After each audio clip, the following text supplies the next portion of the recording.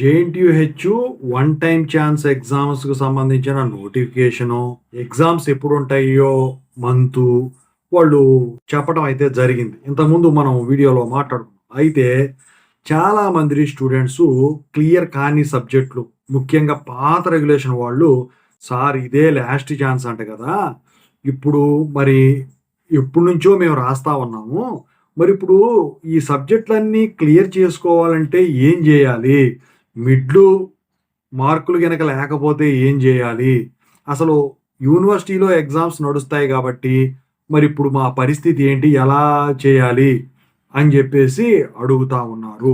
So దాని గురించి చెప్పదలిచాను. ముందుగా అయితే ఇంతవరకు ఈ ఛానల్ సబ్స్క్రైబ్ చేసుకుని వాళ్ళు ఎవరైనా ఉన్నట్టయితే సబ్స్క్రైబ్ చేసుకొని ఈ వీడియోని లైక్ చేసి షేర్ చేయండి. మీకు గనక నాతో మాట్లాడాలంటే కాల్ మీ 4 ద్వారా కాల్ చేయండి. తెలుగు ఇంజనీరింగ్ ఎడ్యుకేషన్ టెలిగ్రామ్ ఛానల్లో జాయిన్ అవ్వండి. ఈ వీడియోకి ఒక హైప్ ఇవ్వండి. ఇక టాపిక్లో వెళితే ఏంటంటే, ఈ వన్ టైం ఛాన్స్ ఎగ్జామ్స్ ఇదే లాస్ట్ ఛాన్స్ అనుకునే వాళ్లకు నేను ఇచ్చే సలహా ఒకటి, కష్టపడండి, ఖచ్చితంగా మంచిగా రాయండి, నీట్నెస్ మెయింటైన్ చేయండి. ఇంతకుముందు రిపీట్ చేసింది చేయొద్దు. ముందు అదొకటి చెప్తా. ఎందుకంటే ఇది పోతే ఇక మీ డిగ్రీ క్యాన్సిల్ అయిందని లెటర్ రాదు, ఇక మీకు సంబంధించిన నోటిఫికేషను పడదు. ఎందుకంటే అఫిలియేటెడ్ కాలేజీలో ఎలా మీకు పిలవట్లేదో అలాగే ఇక్కడ కూడా అవుతుంది. అందుకని చెప్పేసి ఇప్పుడు నేను చెప్పొచ్చేది, ముందు మిడ్ మార్కులు లేకపోతే ఏం చేయాలో చెప్తాను. మిడ్ మార్కులు లేని వాళ్ళ కోసం వీళ్ళు సిబిటి ఎగ్జామ్స్ కండక్ట్ చేస్తున్నారు, అది ఖచ్చితంగా రాయండి. ఎక్కువ ఏది వస్తే అది ఉంచుతారు. పాత మార్కులు ఎక్కువ ఉంటే అవి ఉంచుతారు, ఈ మార్కులు ఎక్కువ ఉంటే ఇవి ఉంచుతారు. దీనివల్ల ప్రాబ్లం ఉండదు. ఇవి రాసి మళ్ళీ మిడ్ మార్కులు ఎక్కువ వచ్చినాయి, అప్పుడు దానికి పాత సబ్జెక్ట్ గ్రేస్ మార్క్స్ పెట్టుకుంటా అంటే మాత్రం అది కుదరదు. ఈ సిబిటి ఎగ్జామ్స్ తో పాటు వన్ టైం ఛాన్స్ ఎగ్జామ్స్ కూడా రాయాలి, దాన్ని కన్సిడర్ చేస్తారు. అర్థమవుతుందా? ఆ తర్వాత ఏంటి, ఒకవేళ ఇప్పుడు కూడా ఫెయిల్ అయితే గ్రేస్ మార్క్స్ అప్లై చేసుకోవడం అది వేరే మళ్ళీ. ఓకేనా? అయితే ఇప్పుడు మీరు పాస్ కావాలంటే ఏంటి పరిస్థితి? ముందు ప్రిపేర్ అవుతారు. అయితే కొంతమంది పార్ట్ టైం జాబులు చేసుకుంటావు, లేకపోతే ఖాళీగా ఉండుకుంటే చదివే ఓపిక లేక ఉంటారు. అంటే క్లాసులు వినే ఓపిక లేక, ఎక్కడో ట్యూషన్ చెప్పించుకోవడం, ఇలాంటివి చెప్పుకునే ఓపిక లేక, అంటే వాళ్ళు ట్యూషన్ చెప్పడానికి కూడా ఎవరు దొరకట్లేదు. ఎక్కడా కూడా అందరూ కూడా బిజీగా ఉన్నారు. మీరు ముందు ఏంటంటే మీ సిలబస్ ఒకటి, మీ రెగ్యులేషన్ ఏదైతే ఉందో అది ఖచ్చితంగా దగ్గర పెట్టుకోండి. కంపల్సరీగా ఇది మొత్తం చూడండి. రెగ్యులేషన్లో మీ పాస్ మార్కులు ఎంత, ఇంటర్నల్ ఎక్స్టర్నల్ కలిపితే ఎంత, ఎక్స్టర్నల్లో ఖచ్చితంగా రావాల్సిన మార్కులు ఎన్ని, పాస్ మార్కులు 2 కలిపితే 40 రావడానికి మిడ్లు మార్కులు సరిపోయినాయా లేవా ఇవి చూసుకోండి. ఆ తర్వాత సిలబస్ చూసుకోండి. సిలబస్లో 5 యూనిట్లు ఉంటాయి. 5 యూనిట్లు నాకు తెలిసి 6 యూనిట్లు అనుకుంటా. మీకు 6 ఉంటే 6, 8 ఉంటే 8 యూనిట్స్ ఉన్నవాళ్ళు కూడా ఉన్నారు. అప్పుడు 6 రెగ్యులేషన్ 6. సో ఆ సిలబస్ మొత్తం కూడా చూసుకోండి. చూసుకున్న తర్వాత మీకు, నాకు తెలిసి అయితే మీ రెగ్యులేషన్ దొరకదండి నాకు తెలిసి. ఓకేనా? సో మ్యాక్సిమం ట్రై చేయండి. ఒకవేళ దొరకలేదంటే మీ కాలేజీ లైబ్రరీలో పాత రెగ్యులేషన్స్ ఉంటాయి సిలబస్లు. సో దాని ప్రకారం చూసుకోండి. రెగ్యులేషన్ దొరకదు, సిలబస్ దొరకదు నాకు తెలిసి. అయితే మీ కాలేజీకి వెళ్తే అక్కడ ఇస్తారు ఏదో ఒక కాలేజీ, ఆ కాలేజీ లేదనుకుంటే వెళ్ళిన తర్వాత తీసుకున్న తర్వాత మీరు స్టాండర్డ్ బుక్స్ జోలికి వెళ్ళొద్దు, ఆల్ ఇన్ వన్ జోలికి కూడా వెళ్ళొద్దండి. నేను చెబుతున్నాగా వెళ్ళొద్దు. బక్షి లాంటి బుక్స్ ఉంటాయి, లేకపోతే సింపుల్ లాంగ్వేజ్ అర్థమయ్యి ఒకే ఒక్క టెక్స్ట్ బుక్లో సిలబస్ మొత్తం ఉండే టెక్స్ట్ బుక్లు ఉంటాయి, సింపుల్ లాంగ్వేజ్లో అర్థమయ్యి, వాటిని పట్టుకొని పాత క్వశ్చన్ పేపర్లో ఆ రెగ్యులేషన్వి ఆ ప్యాటర్న్ ప్రకారం డౌన్లోడ్ చేసుకోండి. చేసుకున్న తర్వాత మీరు ఏం చేస్తారంటే, ఆ పాత క్వశ్చన్ పేపర్లో ఉన్న క్వశ్చన్స్ అన్నీ కూడా మీకు ఇచ్చిన సిలబస్లో అన్నీ కవర్ అయ్యే విధంగా క్వశ్చన్స్ అండర్లైన్ చేసుకోండి. సిలబస్ ఆ క్వశ్చన్లు మొత్తం కూడా కవర్ అయిపోయిన 8 యూనిట్లు అయితే 8 యూనిట్లు, 6 యూనిట్లు అయితే 6 యూనిట్లు, 4 యూనిట్లు, 5 యూనిట్లు అయితే 5 యూనిట్లు అయిన తర్వాత ఏమైనా మిగిలిపోయినాయి అనుకోండి, వాటి మీద క్వశ్చన్స్ రాకుండా అవి రౌండ్ ఆఫ్ చేసేయండి. చేసిన తర్వాత మీరు టెక్స్ట్ బుక్లో ఈ క్వశ్చన్ పేపర్లో క్వశ్చన్స్ ఏ యూనిట్లో ఏంటి అని వేసుకుంటారు కదా, దాని మీద పలానా యూనిట్ 1లో ఈ టాపిక్ అని ఉంటుంది కదా, ఆ టాపిక్ అండర్లైన్ చేసుకుని ఆ క్వశ్చన్లో. సో దానికి సంబంధించిన ఆన్సర్ టెక్స్ట్ బుక్లో వెతుక్కోండి. అలా ఎన్ని యూనిట్లు ఉంటే అన్ని యూనిట్లకు క్వశ్చన్స్ ఆన్సర్స్ మీరు రెడీ చేసుకుంటే, ఒక బుక్ అయినా పెట్టుకోవచ్చు, 1-2 సబ్జెక్టులే కాబట్టి, చేసుకొని ప్రిపేర్ చేసుకుంటే ఎగ్జాములో రాయటానికి ఉపయోగపడతాయి. అవే క్వశ్చన్స్ కాకపోయినా, అవే రిపీట్ అవ్వకపోయినా తిప్పిస్తాడు. ఎందుకంటే సిలబస్లో ఉన్న టాపిక్లు మొత్తం కూడా కవర్ అయిపోయినాయి కాబట్టి. కొన్ని ఉంటాయి సిలబస్ డీప్గా వెళ్ళాల్సిన సబ్జెక్టు. సో అవేంటి, ఒక ఇంజినీరింగ్ సబ్జెక్ట్ అనేది ఓషియన్ అన్నమాట. ఫర్ ఎగ్జాంపుల్ జావా అనేది ఒక పెద్ద సముద్రం లాంటిది. ఎంత చదివినా కూడా లోతుగా వెళ్తాం. ఎగ్జాంపుల్ చెప్తా. సింపుల్‌గా అందుట్లోనే సిలబస్‌లో ఉండేవి కూడా ఉంటాయి. దానికైనా వెళ్ళొచ్చు. పెద్ద ప్రాబ్లమ్ ఉండదు. సో, ఇదంతా కూడా రాసుకున్న తర్వాత మీరు మొత్తం కూడా ప్రిపేర్ అవుతారు కదా! ఇట్లా ప్రిపేర్ అవుతున్నప్పుడు ఇప్పుడు గుర్తుండకపోయినా ప్రాబ్లమ్ లేదు. ఒక్కరోజు ఎగ్జామ్ ముందు రోజు ప్రిపేర్ అవుతారు కాబట్టి అప్పుడు గుర్తుకొచ్చేస్తాయి మొత్తం కూడా.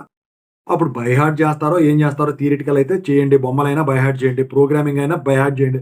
కానీ ప్రాబ్లమాటిక్ లాంటివి లేకపోతే మ్యాథమెటిక్స్ లాంటివి ఉంటే మాత్రం ప్రాక్టీస్ చేయండి. బై హార్ట్ కాదు. గుర్తుండవు లేకపోతే. ఎందుకంటే వాల్యూస్ మారిందనుకోండి, మోడల్ వచ్చి వాల్యూస్ మారిపోయినాయి అనుకోండి మీరు చేయలేరు. సో, ఇలా మీరు మొత్తం యూనిట్లు చదివేయటం మంచిదండి. నాకు తెలిసి లాస్ట్ ఛాన్స్ కాబట్టి. ఇక పీకల మీదకి వచ్చినప్పుడు ఏం చేయాలి? నిండా మునిగిపోయాం కాబట్టి ఇక వస్తే బయటికి రావటం లేకపోతే మునిగిపోవటం అంతే. అందుకని చెప్పేసి మొత్తం కూడా ప్రిపేర్ అయిపోండి. ఏ యూనిట్ వదిలిపెట్టొద్దు. ఎందుకంటే యూనివర్సిటీలో రాస్తారు కాబట్టి మీరు కాపీలు వదులుతారు అనుకుంటే అది మీ భ్రమే. తలకాయ కూడా తిప్పనివ్వరు. సీసీ కెమెరాల సమక్షంలో రాయాల్సి ఉంటుంది. సో, సిప్పులు, గిప్పులు, అఫిలియేటెడ్‌లో రాసినట్టు కుదరదు. ఎవరో హెల్ప్ చేయరు. ఇంకొకటి వన్ టైమ్ ఛాన్స్ ఎగ్జామ్స్ రాస్తున్నాం అని చెప్పేసి మీ మీద సింపతి చూపించి పాస్ చేస్తారు అనుకుంటే అది అవివేకమే. సింపతి అనేది చూపియటం ఉండదు. ఖచ్చితంగా అయితే రూల్స్ ప్రకారం పేపర్ వాల్యుయేషన్ చేస్తారు. కీ పేపర్ ప్రకారమే పేపర్ వాల్యుయేషన్ చేస్తారు. అందుకని చెప్పేసి మీరు ఖచ్చితంగా అయితే ప్రిపేర్ అవ్వండి ఫస్ట్. ఈ రకంగా ప్రిపేర్ అవ్వండి. అది ఏ సబ్జెక్ట్ అయినా గాని. ఓకేనా? సో, వాటిలో షార్ట్ క్వెషన్స్ ఉంటే షార్ట్ క్వెషన్స్ కూడా ప్రిపేర్ చేసుకో. క్వెషన్ రాయండి ఒకసారి, దాని కింద ఆన్సర్ రాసుకో. అన్ని యూనిట్లకి అంతే. ప్రతి సబ్జెక్ట్ కూడా అంతే. ప్రాబ్లమ్ అయితే ప్రాబ్లమ్. ఎక్కడైనా డౌట్ వచ్చిందని చదివేటప్పుడు, రాసేటప్పుడు అర్థం కాలేదనుకోండి, అసలు అది ఎందుకు వచ్చింది అని చెప్పేసి దాని డౌట్ క్లారిఫై చేసుకోండి. యూట్యూబ్‌లో చాలా ఉన్నాయి మీకు కావాల్సినవి. ఓకేనా? సో, యూట్యూబ్‌లో చాలా ఉంటాయి. దాంట్లో అది ఎట్లొచ్చిందో అడిగితే చాలా మంది చెప్తారు మీకు step by step. So, doubt clear చేసుకుంటే మీకు ఈజీ గుర్తుండిపోద్ది. మీకు డౌట్ వచ్చిందంటే మీకు సబ్జెక్ట్ అర్థమైనట్టే లెక్క. అయిపోయింది కదా ప్రిపరేషన్ ఇంతవరకు. ఇక ఎగ్జామ్‌కొచ్చేసరికి హాల్‌లో మొదటనే మీరు ఎళ్ళిన ఎమ్మటే మీరు డెకరేషన్ ఇదంతా చేసేసుకోండి స్టార్టింగ్‌లోనే. టైం ఉంటది కదా ఫస్ట్‌లో. ఇదయిన తర్వాత క్వెషన్ పేపర్ వచ్చినెమ్మటే ముందు ఒకసారి క్వెషన్ పేపర్ పైనుంచి కిందకి చూసుకోండి. అందుట్లో మీరు ప్రిపేర్ అయిన వాటిల్లో కానీ, దానికి రిలేటెడ్‌గా తిప్పినయి గానీ, లేదా క్వెషన్‌నే తిరగేసి ఇచ్చినట్టు గానీ ఉన్నట్టయితే, లేకపోతే ప్రాబ్లమ్స్ అయితే అదే మోడలు అనిపించి డేటా వాల్యూస్ మార్చినట్టు అనిపిస్తే వాటిని ముందు బాగా వచ్చో మీకు ఆ క్వెషన్‌తో ఆన్సర్ మొదలుపెట్టండి. ఫస్ట్ కొట్టేయడం చేయొద్దు ఈ స్టేజ్‌లో. క్వెషన్‌కి ఆన్సర్ గనక మీరు కావాల్సిన దానికంటే 4 ఎక్కువ పాయింట్లు కరెక్ట్‌గా రాస్తే, నీట్‌గా రాస్తే, పారాగ్రాఫ్స్ వైస్‌గా రాస్తే, ప్రాబ్లమాటిక్ అయితే స్టెప్ బై స్టెప్ రాస్తే, యూనిట్స్ కూడా వేస్తే first impression is the best impression. Next క్వెషన్‌లకి టపా పడిపోతాయి. ఇదే పంతాలో అన్ని చేయండి. ఆ తర్వాత దానికన్నా కొంచెం తక్కువ వచ్చిన ఆన్సర్ రాయగలను కానీ దానంత కాదు అనుకున్న దానికి వెళ్ళండి. అలా మొత్తం అయిన తర్వాత అసలు ఏమి అయితే రాలేదో మీకు అవన్నీ కూడా చివర్లో రాయండి.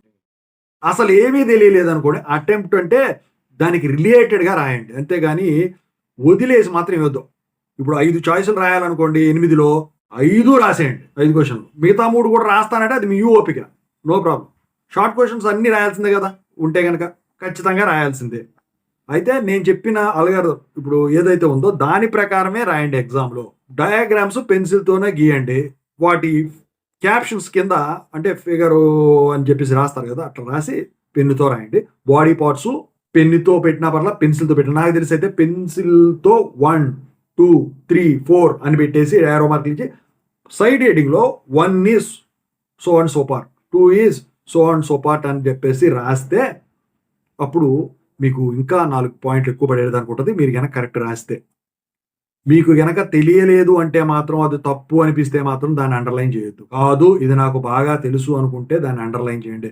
ఒకటే పారాగ్రాఫ్ రాసే కంటే ఒక పారాగ్రాఫ్‌లో 6-8 లైన్‌లు రాస్తే తర్వాత నెక్స్ట్ అలా రాసుకుంటే మీకు ఎక్కువ యాడెడ్ అడ్వాంటేజ్ అవుతుంది. సో, ఇంకేంటంటే మీరు ఏది కూడా ఖాళీ పేజెస్ వదలొద్దండి. ఎగ్జామ్ రాసే మధ్యలో ఆ చివరిలో రాద్దండి. ఆ హడావుడిలో అవి కొట్టేయకుండా వెళ్ళిపోయినట్టయితే మీరు చాలా ఇబ్బంది పడతారు. ఎందుకంటే దిద్దేవాళ్ళు తర్వాత ఏం రాయలేదు అనుకుంటా అని చెప్పేసి తర్వాతే వాల్యుయేషన్ చేయరు. మళ్ళీ ఛాలెంజ్ వాల్యుయేషన్, రీవాల్యుయేషన్ మీరు పోరుగా దానికి. అక్కడ దెబ్బైపోతారు. అందుకని చెప్పేసి నేను ఏదైతే ఫస్ట్‌లో చెప్పానో దాని ప్రకారం రాసుకుంటూ వస్తే మీరు ఖాళీ పేజెస్ వదిలే పని కూడా ఉండదు. ఓకేనా? అదే బై హార్ట్ చేశారనుకోండి, ఒక స్టెప్ మర్చిపోతే దాన్ని వదిలేసి నెక్స్ట్ దానికెళ్తారు. అక్కడ వదులుతారు. ఓకేనా?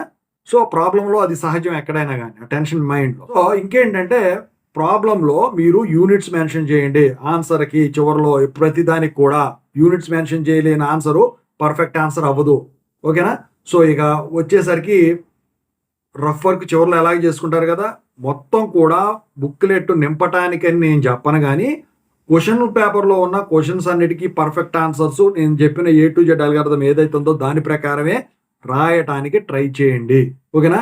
ఎళ్ళాము, పేపర్ చూసాము, ఏం అర్థం కావట్లేదని చెప్పేసి వదిలేసి అర్ధగంట కూర్చొని అర్ధగంట తర్వాత బయటకు వదులుతారని చెప్పేసి ఆడ పడేసి వస్తే మాత్రం ఇదే లాస్ట్ ఛాన్స్ అండి. మీరు ఇబ్బందులు పడతారు.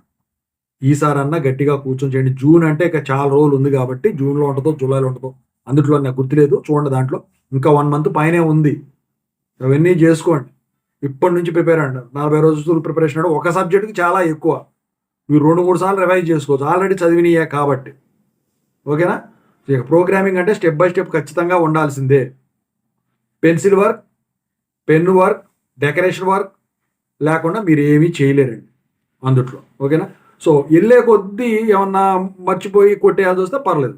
ఇంకోటేంటంటే చాయిస్‌లు రాస్తామంటున్నారు. చాయిస్‌లు రాస్తే ఫస్ట్ ఒకటి రాసి అది తప్పనిపిస్తే దాన్ని అదే క్వెషన్ ఆన్సరు మళ్ళీ చివరిలో కరెక్ట్‌గా రాస్తానంటే అది ఒకటే కన్సిడర్ చేస్తారు. కొంతమంది ఏం చేస్తారంటే ఫస్ట్ రాసిందే కరెక్ట్ ఫస్ట్ రాసిన దానికి మార్కులేసుకుంటూ వస్తారు. ముందు నుంచి వెనక్కొస్తారు గానీ వెనక నుంచి ముందుకు రారుగా.